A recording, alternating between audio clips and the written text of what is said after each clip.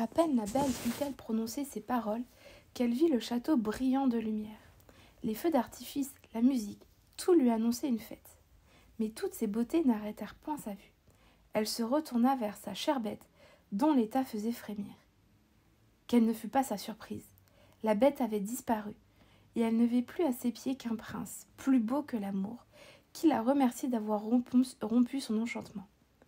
Quoique ce prince méritât toute son attention, elle ne put s'empêcher de lui demander où était la bête. « Vous la voyez à vos pieds, lui dit le prince. Une méchante fée m'avait condamné à rester sous cette figure jusqu'à ce qu'une belle fille consentît à m'épouser, et elle m'avait défendu de faire paraître mon esprit. Ainsi, il n'y avait que vous dans le monde pour vous laisser toucher par la bonté de mon caractère. En vous offrant ma couronne, je ne puis m'acquitter des obligations que j'ai pour vous. » La belle, agréablement surprise, donna la main à ce beau prince pour le relever. Ils allèrent ensemble au château, et la belle manqua de mourir de joie en trouvant dans la grande salle son père et toute sa famille, que la belle dame, qui lui était apparue en songe, avait transportée au château. « Belle, lui dit cette dame, qui était une grande fée, venez recevoir la récompense de votre bon choix. Vous avez préféré la vertu à la beauté et à l'esprit. Vous méritez de trouver toutes ces qualités réunies en une même personne. Vous allez devenir une grande reine.